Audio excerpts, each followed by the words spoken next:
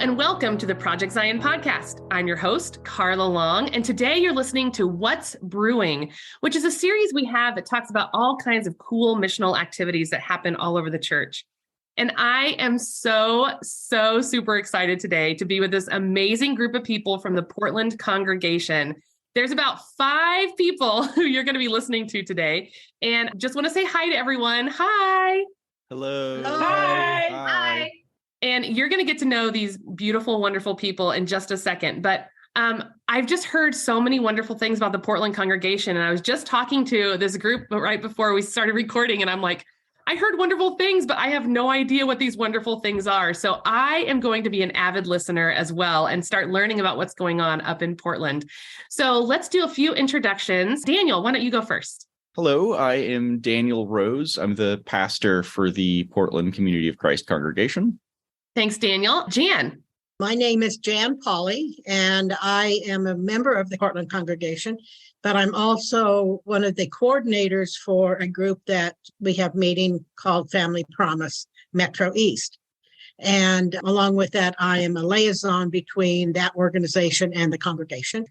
Oh, wow. That sounds busy. Thanks, Jan. Tim, what about you? My name's Tim Pauley. I serve as a congregational support minister or work attached with the Mission Center.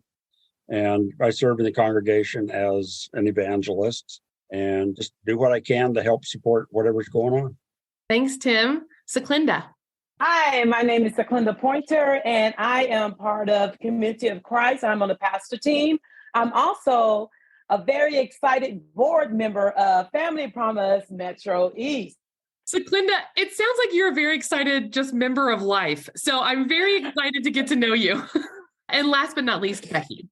Hi, everybody. This is Becky Lee. I am also a member of the Community of Christ, although this is my opportunity to come out on this podcast and say I'm a really terrible attendee of church, but very actively engaged in our congregation. And I'm excited to talk to you about that today.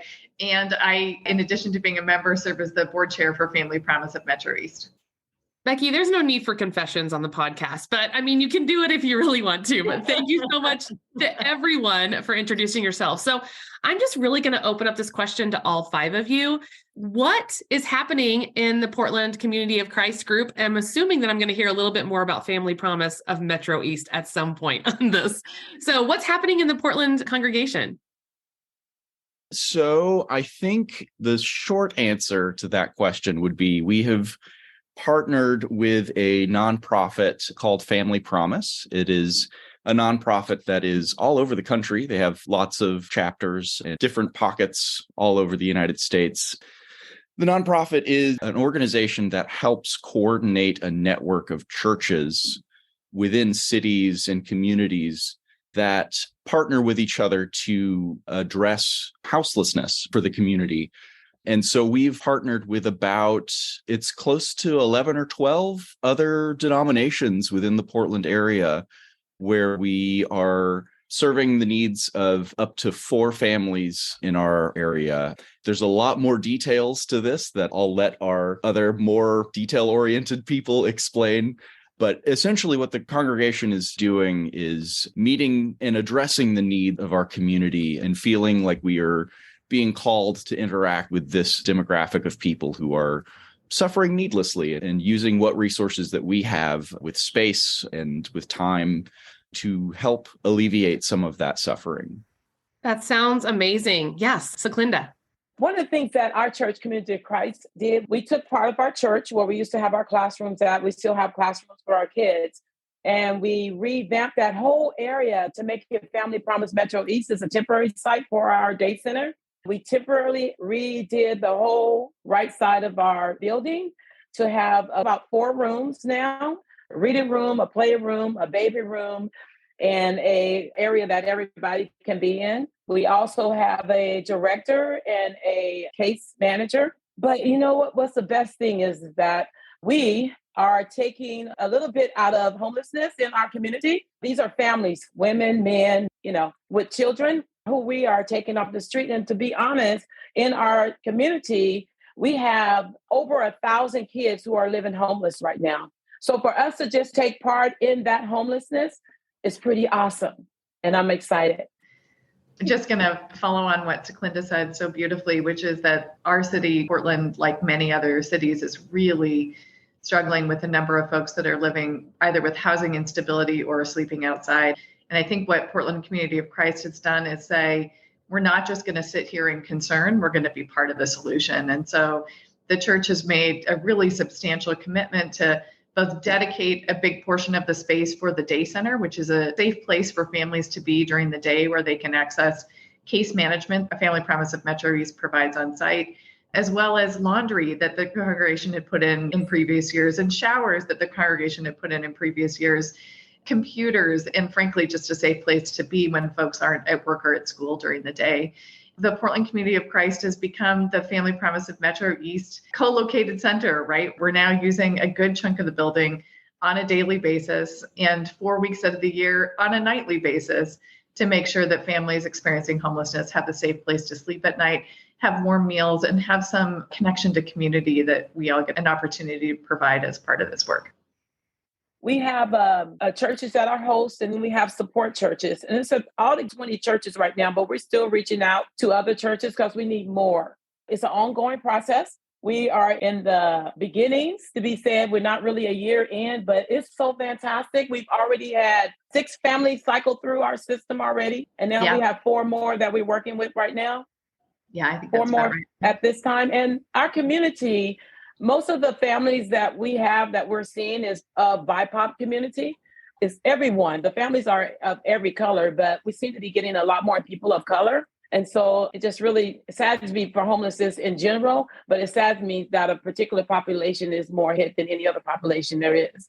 And so that's probably one of my passions, is not just homeless in general, but also that they need to see the face of someone who is like them, and also who is volunteering. And that's kind of the community that I'm trying to reach out to also.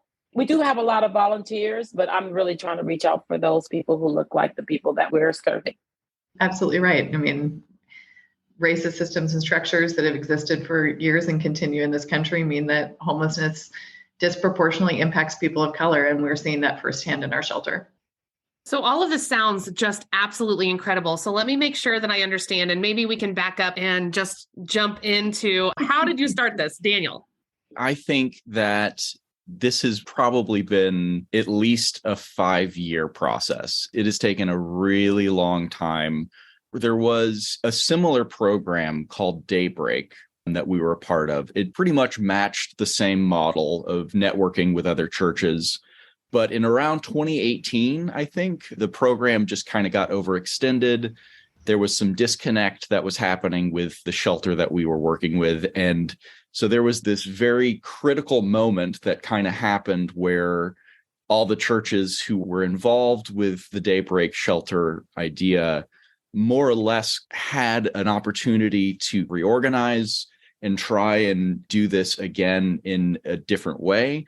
I think the Daybreak folks connected us to Family Promise. It's a national organization. And so I think there was momentum to get us started with the closure of the Daybreak system into a Family Promise system. The trouble is that it was very slow going. It took a very long time. There were lots of moving parts. There were lots of congregations that, at no fault of their own, kind of felt uncomfortable with how things were moving. And so we had people back away and then become less involved. And there were parts that were tricky. Well, Community of Christ kind of was really interested in getting this off the ground. And so we, despite all of these setbacks and this just very slow going process, and I really do have to commend Becky and everybody here, but particularly Becky. Becky was determined to make this happen. And after 5 years of dreaming and exploring and going around to other communities within the area to see how this program functions, because there's Family Promise chapters in Beaverton and some of the other cities that are around the Portland area that are flourishing and are very successful in what they were doing. And after a very long time of trying to get this going, the momentum started to pick up in a way that was more substantial. And the tricky part of getting congregations on board to participate in this is that you need a certain amount of momentum to feel legitimate and to feel like the churches can latch on to something, that this is like a real deal thing that you're doing. And so as that started growing and it started becoming more apparent, we came to this moment where we realized that we really needed a day center to feel and to look legitimate enough to continue to get this going. Otherwise, it's just going to continue to spin our wheels a little bit, basically.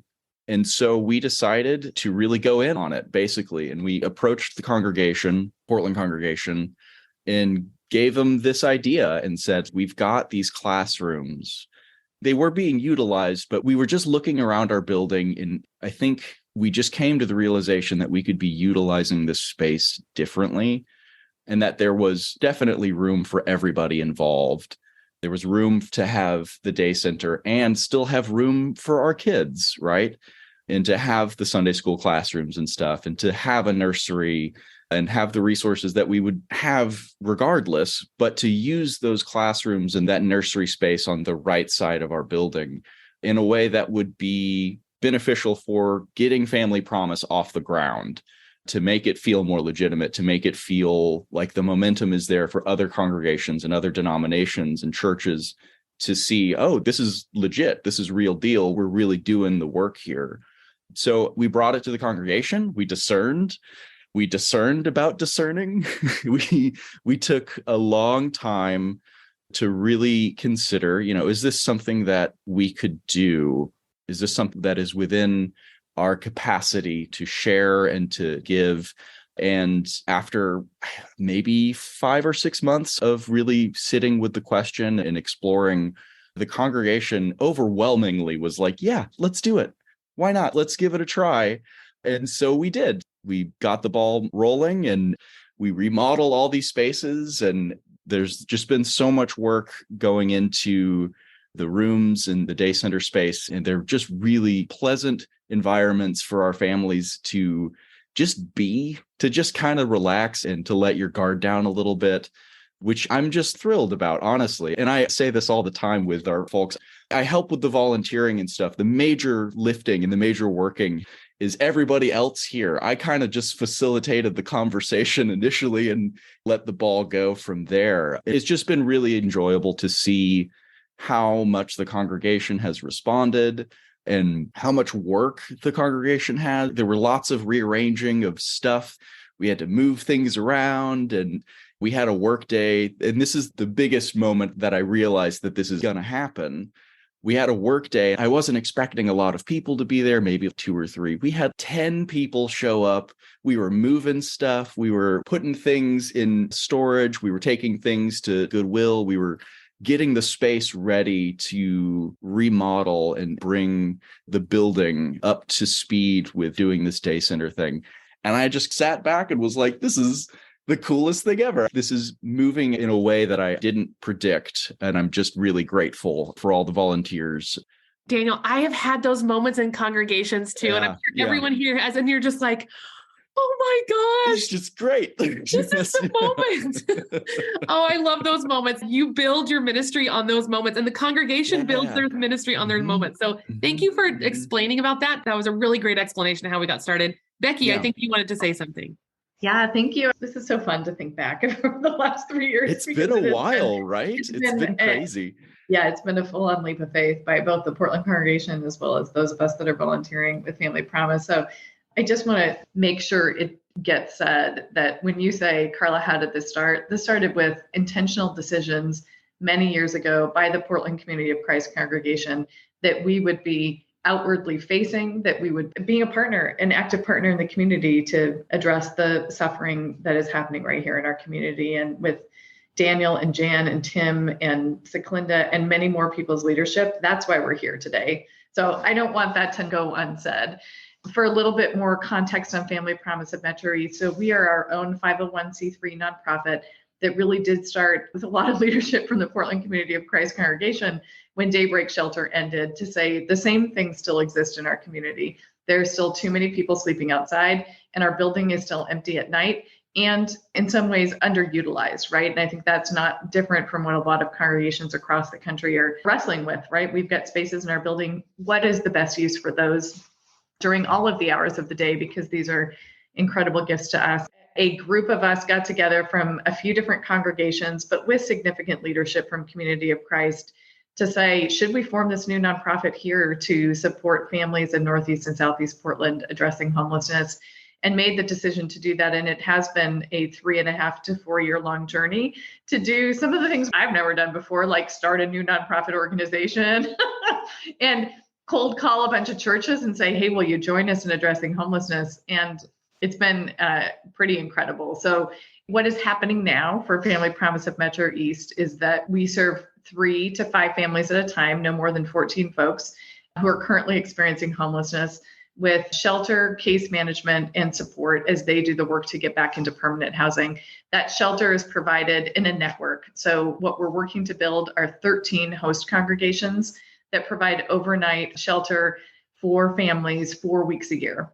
And so our commitment as Community of Christ is that not only are we the day center where families are during the day when they're not at overnight sites, we're also a host congregation, which means that 4 weeks a year and a little more right now as we're recruiting other churches, we're overnight hosting families, providing meals and activities and overnight volunteers who are sleeping at the church during our hosting week to make sure that folks have the support that they need and we've got a safe place for people to be.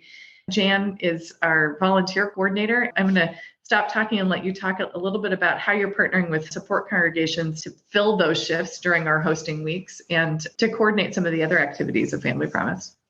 I think one of the things that I have gotten most out of this whole process is the fact that we are working with some amazing congregations and some amazing volunteers.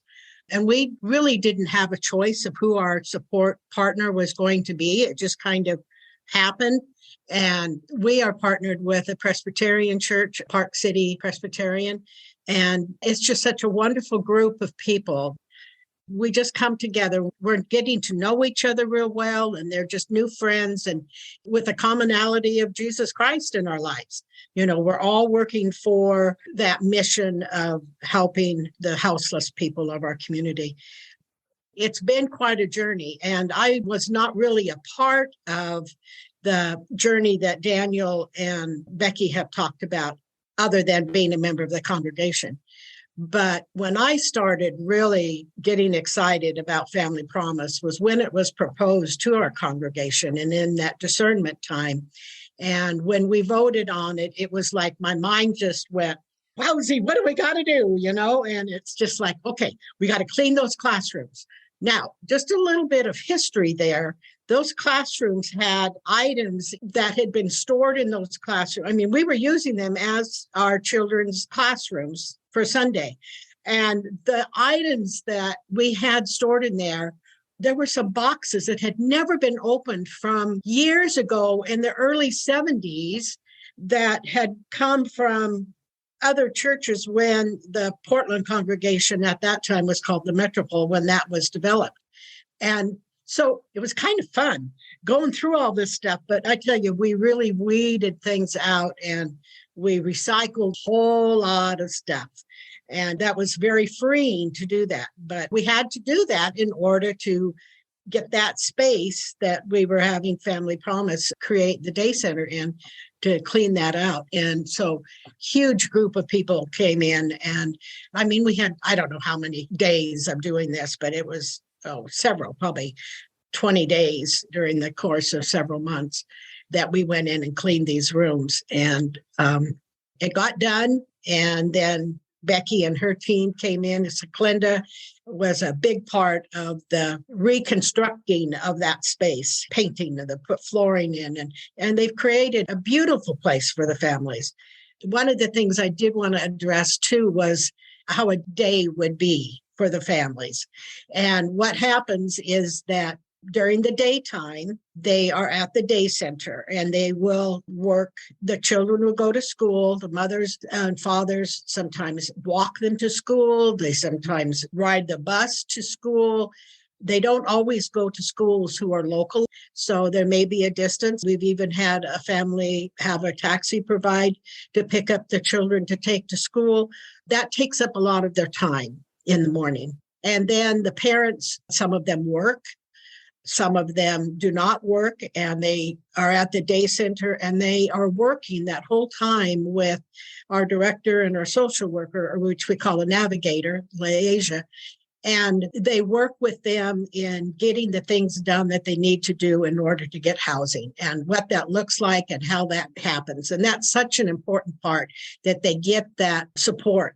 And they have a lot of organizations that they partner with. And then in the evening time, we have a bus. We've partnered with Ride Connection, and we have a mini bus that it holds 14 people. And that's the max number of people that our facility can have is 14. They then will pick them up at the day center, which is our congregation, and then they take them to the host congregation for that week. And we change host congregations on a weekly basis, sometimes 2 weeks. And then they are dropped off at that facility, and they go in and they are provided a meal. They're provided, like Becky was saying, some activities, and then a safe place to sleep. And then in the morning, that's repeated. They get up, the bus picks them up and brings them back to the day center. So that's kind of how a day would look like. There is a kitchen upstairs in our facility, so they have that available for their lunches or snacks, and that they can have their own food up there in that area.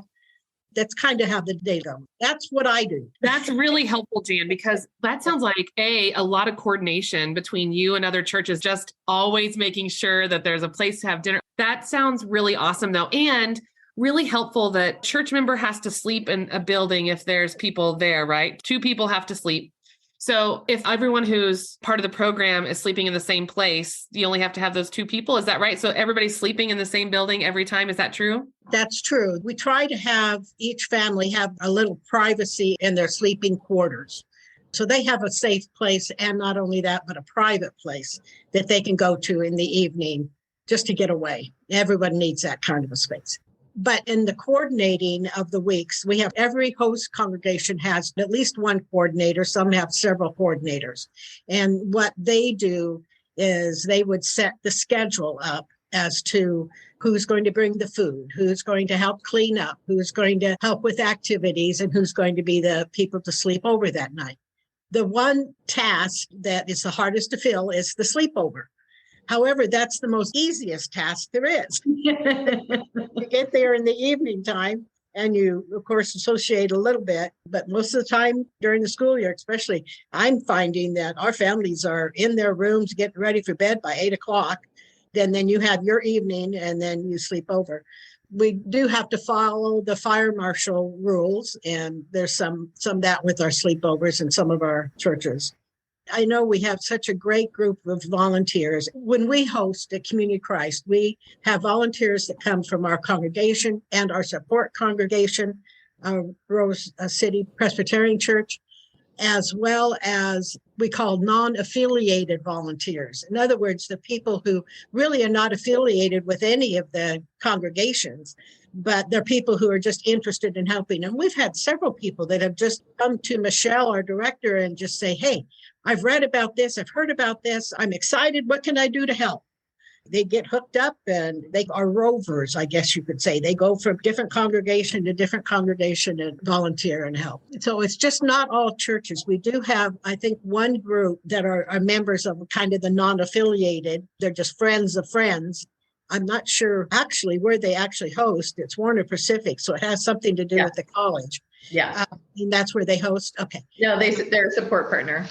So anyway, it's just wonderful. So you don't have to be a church to be involved. It could be any community organization or a lot of different options there. This sounds amazing. Just sounds so incredible. And my heart is overflowing with gratitude to the Portland congregation for doing all of that, that's a lot of work to go into it and a lot of people to say, yes, we want to do something in order for that to happen. So I'm just overwhelmed by gratitude.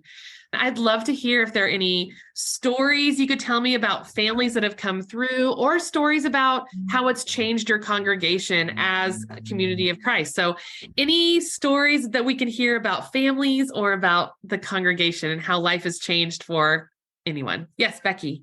Yeah, I want to add to what Jan said so that it's clear to folks that are listening that Family Promise of Metro East is a shelter program, right? It's not a drop-in shelter. Families do come in and are accepted into the program, and they're with us until they exit into permanent housing. And so what we do have is the opportunity to build a relationship with people. And also it provides an important construct. I will tell you through my outreach to other congregations, I've met with countless pastors who've said, we really wanted to help people experiencing homelessness. So we started letting someone sleep inside and now we're not sure what to do, right? And so it's nice to partner with a program that has case management so that we don't have to be necessarily the experts, right, in how to end homelessness, but that we can use the skills and the strengths that we have, which is meeting people where they're at and serving without judgment and having our hearts there to be able to connect with folks. And that's, I think, one of the most beautiful things about this program. Here's my quick story. So I was staying overnight one night playing cards with one of the girls that was staying with us. I think she was 8, if I remember right, 8 or 9 years old. She said something to me and I said, well, that's because I'm the nicest person in the world, kind of joking. And she said, no, you're not. Jan Polly is. That's one of my favorite stories. And I said, you know what I said to her is, you're not wrong. One of the things that I have found is because we have the families for several months normally, is that you do get to know the families, especially with you're working with them a lot. And the kids, they are so hungry for attention. Now, right now, we have all mothers and all boys. And so the boys not having fathers, they may have fathers in their lives that are active, but we don't see that. But what I do see is I see these little boys every time Daniel comes down or any young man, not even young, some of the 60-year-old men, they just grab onto these men and just hug them and love them. And poor Daniel gets so wore out because they chase him and they all this boy stuff, but it's fun. It's just so fun. But we've had some really great successful stories. We've had one, this was a family of 3. And they were from Hawaii at some point in their lives. That's, I think, where they grew up. And they were going through the shelter and they were going to be going back to Hawaii. It was being paid by their family for a funeral or a memorial service. And they got back there and the family says, why? Why are you going back? Stay here. We will help you. We will provide for you. And even though that was a story that we did not actually help the person find the housing and an apartment, it was a success story because this family was able to get the support from their family that was not there when they were here in the States. And that was just so wonderful. We've had other success stories. We had a lady with a child who found an apartment. She did a lot of the work on herself. She just by herself. She was working part-time and she was bound and determined before Christmas to get into an apartment. And she was able to do that. And you get to know these people and it's hard to see them go in some ways. I mean, you're so happy for them. But this one particular lady, we met up with her after she had moved to her apartment. She came back to the day center and I was there and she said she is the happiest she has been in years and that life was going wonderful. Her work was going good. Her daughter did not have to change schools in the middle of the year. Her boyfriend and her were getting along. And the one thing that she told me, she says, I have to tell you, the thing that kept us going was saying prayer every morning when we got up. And that was a conversation that we had when they were in the shelter. We don't encourage conversation about Christ. I know that doesn't sound good, but we let people be where they are. And if they want to initiate that conversation, that's great. We get involved in that conversation. And there was one time I was driving her and we were talking, and she mentioned to me, she says, well, I used to go to church. And she says, we're going to start praying every morning. When we get up, that's the first thing we're going to do, is we're going to say a prayer for that day. And she did that every day.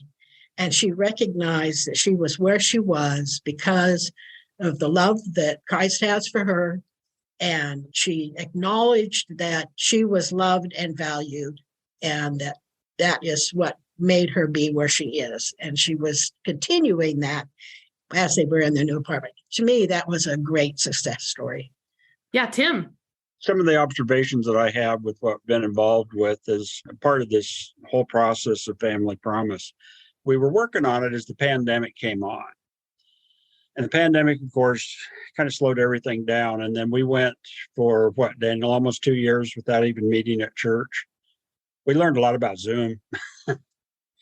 But as we began to be able to meet and to regather, our congregational attendance have decreased by probably 40 to 45%.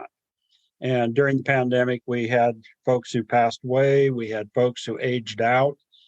And so as we were looking at this and we're thinking about our responsibility and what discipleship means to us, it seemed rather daunting because a lot of the go-getters and movers and shakers that used to be in the congregation weren't there anymore. And I think it was very much an act of faith to really look at our facilities, look at what we had. We already had the showers in place. We already had the washer and dryer in place.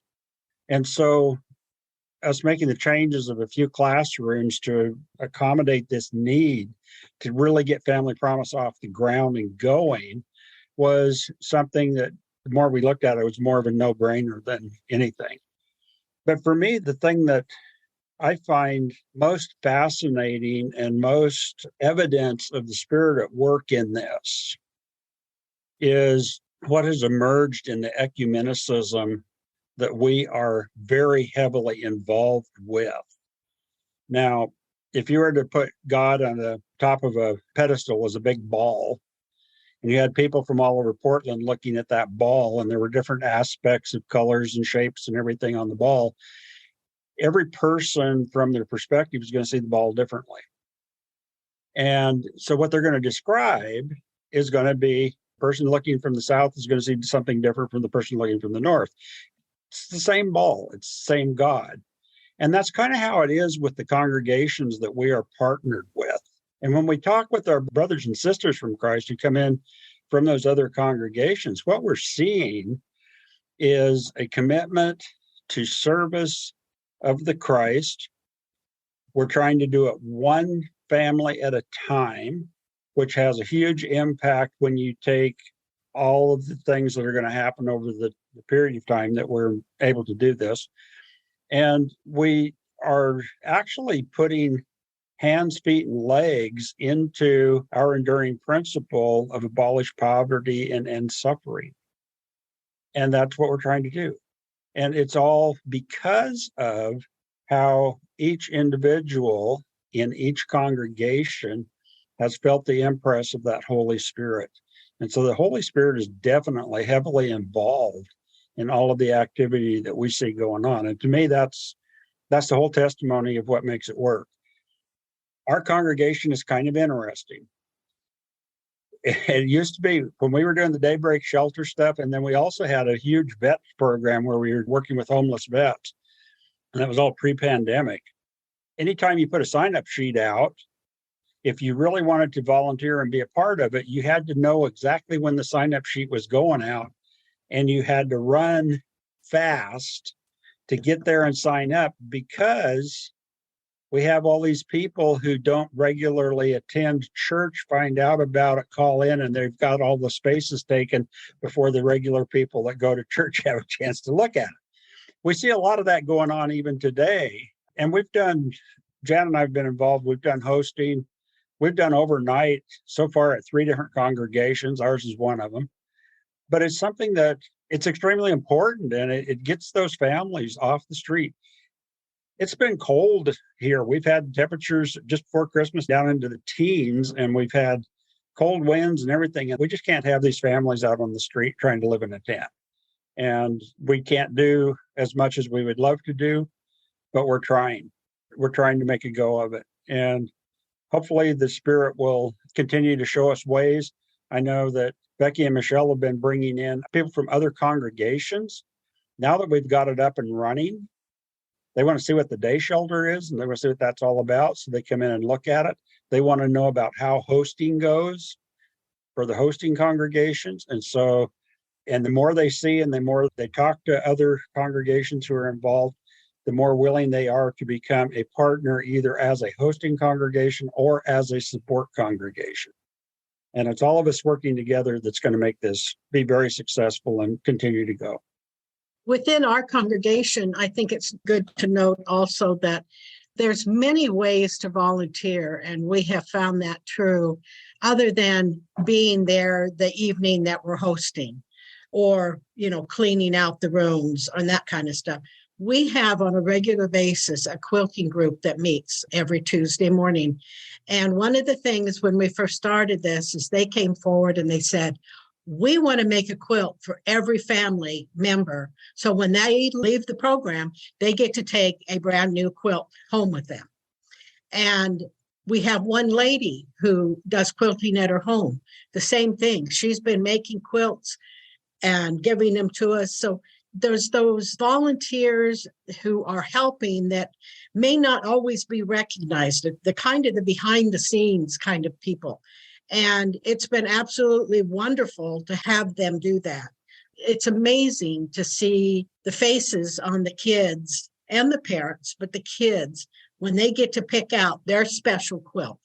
And luckily, so far, we've had the right colors, and some of them have had the right designs on them. And, one little boy wanted a red one. Well, doggone it, we had a red one. And he was just thrilled to get this red quilt.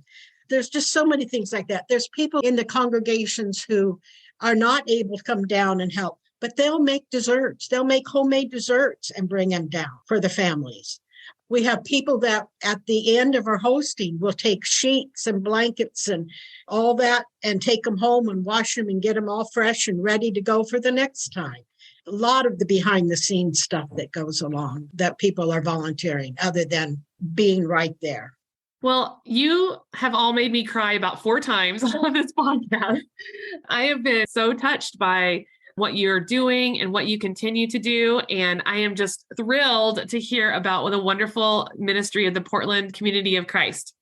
Yes, Becky. I just wanted to acknowledge a couple things. Our commitment to Family Promise, or to restarting a rotational shelter network that engaged our church as well as others in the community, really started when Val Walker was still our pastor. And she didn't blink, right? She didn't hesitate a second to say, we're in. So that kind of leadership, and then that Daniel has taken that leadership on, as well as our pastoral team, is invaluable, right? I mean, this is how it starts, right? Is the openness to conversation from community. And then I also just want to acknowledge too and appreciate the GPNW Bold Moves program for helping support Family Promise in these formative years and give us some of the financial support that we need to build this ecumenical network of faith communities coming together. So just really appreciate the leadership from the church in so many different ways, from people signing up for shifts to the coordination, to the cleaning, to these grants, and to just really the ability to say yes. Thank you, Becky. Daniel. The last thing I just want to say is I want to encourage anybody who's listening. Honestly, you can do this sort of work. Chances are, look it up. There's probably a Family Promise chapter near where you're at. There are a myriad of ways to help and to volunteer, whether that's using the space that we have. That's a thing that Community of Christ is blessed with. We have space, right? And we could be sharing that.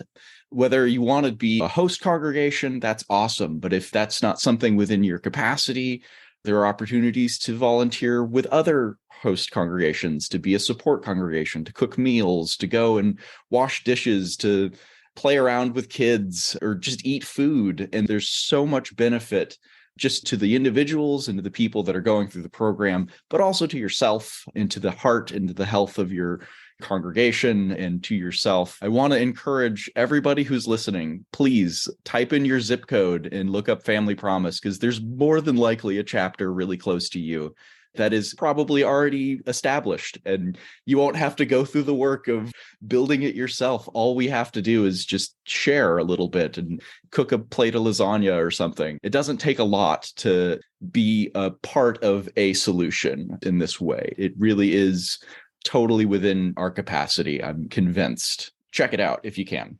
Guiding principles in action, right? Absolutely. Thank you so much. Thank you so much to Daniel and Jan and Seclinda and Becky and Tim for being on this wonderful podcast. And Daniel, I just want to echo what you say. One of the things that Community Christ is certainly blessed with is buildings and property. And if we find a wonderful ways to use those throughout the week, not just on the 2 hours on Sunday morning when we're there, I feel like that we would be definitely promoting God's purpose in the world. So thank you so much, everyone. I really appreciated talking to you and learning about the incredible work that the Portland Community of Christ is doing. Thank you so much.